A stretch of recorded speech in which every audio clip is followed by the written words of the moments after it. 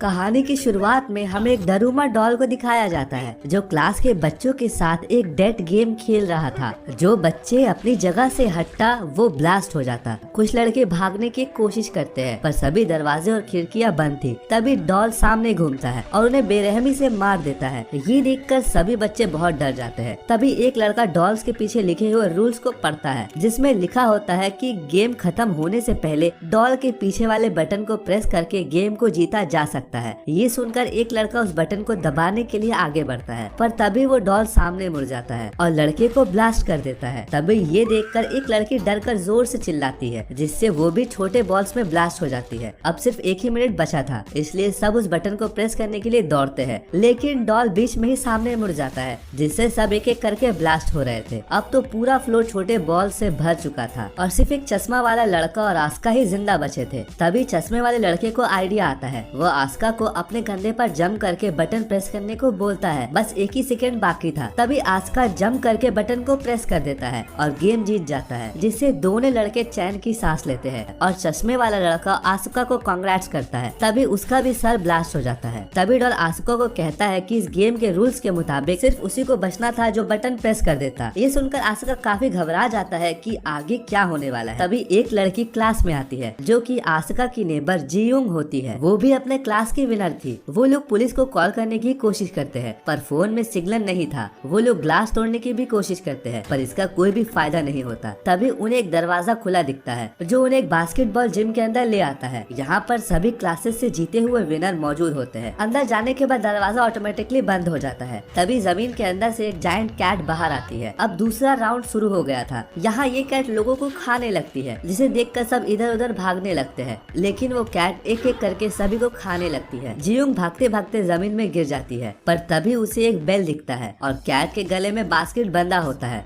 जिसका मतलब ये है कि अगर गेम जीतना है तो किसी को ये बेल को बास्केट में डालना होगा। गेम खत्म होने में अब सिर्फ 9 मिनट ही बचा था। उसी टाइम एक बेस्ट बास्केटबॉल प्लेयर आकर बॉल को बास्केट की तरफ फेंकता है और जैसे ही वो जीतने वाला ही था कि तभी कैट अपने दोनों हाथों से बॉल को रोक लेती है और वो बॉल को उस लड़की की तरफ जोर से फेंकती है जिससे उस लड़की की वही मौत हो जाती है। आसुका ये नोटिस करता है कि कैट सिर्फ उन्हीं को मार रही थी जिसने माउस का ड्रेस पहना रखा था जिससे वो सबको वो माउस ड्रेस उतारने को बोलता है जिससे वो कैट थोड़ा देर रुक जाती है लेकिन फिर से लोगों को मारने लगती है। अब जियुंग की बारी थी। तब जैसे ही कैट मुंह खोलकर उसे खाने वाली ही थी तभी वो कैट रुक जाती है। आसुका माउस ड्रेस खुद पहन लेता है ताकि वो कैट उसकी तरफ आ जाए जिससे जियुंग बच जाए। अब कैट सबको छोड़कर आसुका को ही मारने लगती है पर माउस कॉस्ट्यूम में आसुका को कैट की बातें समझ आने लगी थी। आसुका कैट के पीठ में चढ़कर सहलाने लगता है। उसे देखकर और सब भी उसकी मदद में लग जाते हैं। ऐसा करने से कैट किसी पर भी अटैक नहीं करती और वो सो जाती है लेकिन उसके सोने के बाद सभी आपस में लड़ने लगते हैं कि कौन बॉल को बास्केट में डालेगा क्योंकि उन्हें लग रहा था कि पिछले गेम की तरह इसमें भी सिर्फ बॉल बास्केट करने वाला ही ना बच जाए। इनकी आवाज सुनकर अब कैट भी उठ जाती है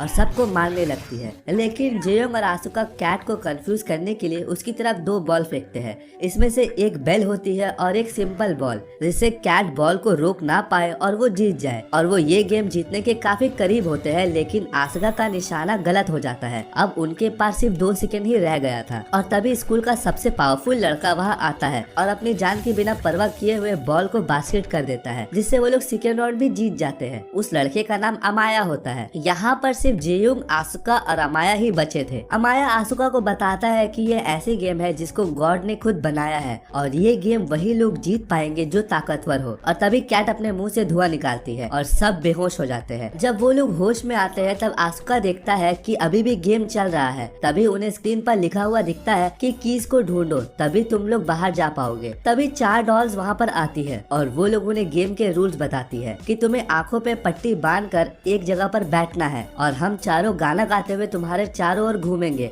और जैसे ही गाना खत्म हो जाएगा तुम्हें पीछे वाले डॉल का नाम बताना पड़ेगा और अगर तुमने गलत नाम बताया तो तुम्हारी डेथ हो जाएगी। पहले वो एक लड़के को चूज करते हैं पर वो लड़का गलत आंसर देता है जिसे वो लोग मार देते हैं। अब उसके बाद एक लड़की की बारी आती है। तब टाइम के अंदर वो भी सही डॉल का नाम नहीं बता पाती और डॉल्स उसे भी बड़ी बेरहमी से मार देते हैं। और अब डॉल्स आसुका को चूज करते हैं और वो आसुका को बीच में बैठाकर उसके चारों तरफ घूमने लगते हैं और सॉन्ग खत्म होने पर उससे डॉल का नाम पूछा जाता है लेकिन आसुका कुछ भी नहीं बोल पाता और आवाज आती है टाइम अप। तभी पीछे वाली डॉल कहती है कि तुम मरने के लिए तैयार हो जाओ। जाओ क्योंकि तुमने टाइम के अंदर सही जवाब नहीं दिया। जब आसुका उस डॉल की आवाज सुनता है तभी वो फौरन उस डॉल का नाम ले लेता है। इस पर चारों डॉल हंसने लगते हैं कि अब जवाब देने का कोई फायदा नहीं है। तभी आसुका बताता है कि टाइम अप होने की आवाज उसके फोन से आ रही थी, यानी जब पहले दो लोगों के साथ गेम खेला गया था तब उसने उनकी आवाज रिकॉर्ड कर ली और यहाँ पर वो उनको बेवकूफ बना रहा था। और वो कहता है कि उसके पास अभी भी टाइम है और वो सही डॉल का नाम बताकर गेम जीत जाता है। और गेम को जीतते ही चारों डॉल ब्लास्ट हो जाते हैं। अब वो कीज लेकर बाहर आ जाते हैं। तभी बाहर उन्हें एक और लड़का मिलता है जो उनकी तरफ आ रहा था और उसके पीछे एक भयानक डॉल आ रही थी। और लड़का उन्हें बताता है कि सब एक दूसरे का हाथ पकड़ लो, जिससे उनका वो डॉल कुछ भी नहीं बिगाड़ पाएगी। इतने में ही जेयोंग भी वहाँ पर आ जाती है। वो दूसरे रूम में जाते हैं जहाँ उन्हें दो और लड़के मिलते हैं।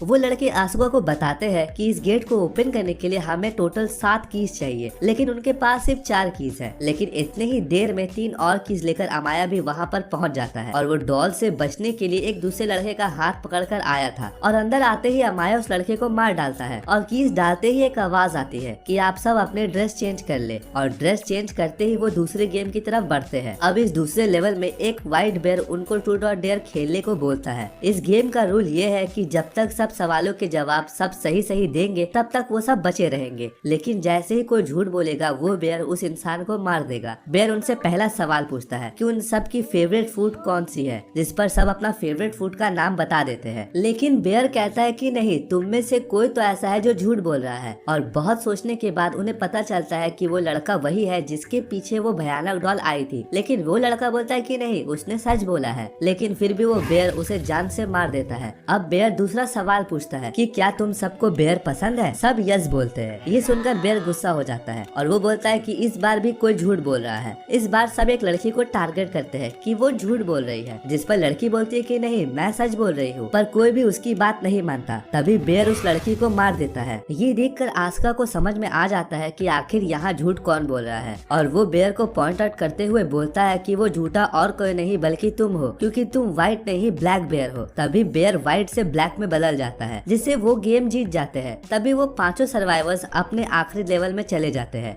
वहाँ पर उनके पास डॉल आते हैं। वो उन्हें अप्रिशिएट करते हुए कहते हैं कि वेल डन, तुम इस स्टेज तक पहुँच पाए। वो बताते हैं कि इस गेम में कोई भी नहीं आएगा, बल्कि ये उनकी आपस की गेम है। और वो गेम के रूल्स बताते हैं। उन पांचों में से एक डेविल बनेगा और बाकी चारों जाके छुप जाएंगे। और अगर वो डेविल उन चारों को ढूंढ लेगा और टिन को किक कर देगा तो वो विनर बन जाएगा और सिर्फ वही बच जाएगा और बाकी चारों मर जाएंगे। लेकिन अगर डेविल के पकड़ने से पहले ही अगर कोई उस टिन को किक कर दे तो चारों तो बच जाएंगे, लेकिन वो मर जाएगा जिसने उस टिन को किक किया है। यहाँ पर उसको दूसरे के लिए अपनी जिंदगी सैक्रिफाइस करना है। तभी स्टिक्स की हेल्प से डेविल चूज किया जाता है और डेविल बनता है अमाया। अब डॉल गेम को स्टार्ट कर देते हैं और अमाया उस टिन को अपनी पोजीशन में रख कर उन चारों को ढूंढने निकल जाता है। अब चारों लोग छुप जाते हैं। उनमें से अमाया 2 लोगों को इजीली पकड़ लेता है और उन्हें काफी मारने के बाद जेल में बंद कर देता है। और जियोंग और आसिका भी एक जगह पर छुप जाते हैं, लेकिन अमाया वहाँ पर भी पहुँच जाता है। तब जियोंग आसिका को बचाने के लिए खुद अमाया के सामने आ जाती है और तब अमाया उसे भी पकड़ लेता है। तब अमाया आसिका से कहता है कि मुझे तुम्हें ढूंढने की जरूरत नहीं है, क्योंकि मैंने 3 लोगों को पकड़ लिया है और अब ये तीनों मारे जाएंगे। दरअसल अमाया आसिका को ये सब बोलकर बाहर आने के लिए उकसा रहा था। तभी जियोंग उसे कहती है कि तुम प्लीज बाहर मत आना, लेकिन उसकी बात ना मानते हुए वो एक हेवी आर्मर पहनकर बाहर आ जाता है। तब अमाया कहता है कि क्या तुम मुझे इस आर्मर से हराने आए हो? मुझे सिर्फ तुम्हारा हेलमेट उतारना है और तुम्हारा नाम लेने की देर है और मैं विनर बन जाऊंगा और तुम सब मर जाओगे। वो आसानी से आसुका का हेलमेट निकाल देता है। तभी आसुका बताता है कि आर्मर में आने का मकसद उसे अमाया को हराने का नहीं बल्कि उसे रोकने का है। वो आर्मर समेत ही पानी में कूद जाता है। अब क्योंकि आस्का ने अमाया को और खुद को एक चेन से बांध लिया था, इसीलिए अमाया भी उसके पीछे घसीटता हुआ जाता है। लेकिन आसुका किसी तरह आर्मर से बाहर आ जाता है, लेकिन उसे काफी चोट लगी थी। अमाया जो चेन से बंधा होता है अपनी पूरी ताकत लगाकर वो चेन को तोड़ देता है और वो इसके बाद भागता है। और दूसरी तरफ आस्का भी भागता है कि टिन को किक कर सके, लेकिन दोनों में से पहले आस्का टिन को किक कर देता है, जिससे वो गेम जीत जाता है। लेकिन अब वो सब दुखी हो जाते हैं क्योंकि गेम के रूल्स के मुताबिक आस्का को मरना था, लेकिन वो टिन ब्लास्ट नहीं होती और आस्का की जान बच जाती है। तब वो डॉल्स आकर बताते हैं कि टिन ब्लास्ट होने वाली बात उन्होंने झूठ कही थी और वो पांचों ही गेम के विनर्स हैं। और वो डॉल्स उन्हें आइसक्रीम देती है और वो डॉल्स कहते हैं कि अब वो सभी अपने नॉर्मल लाइफ में वापस जा सकते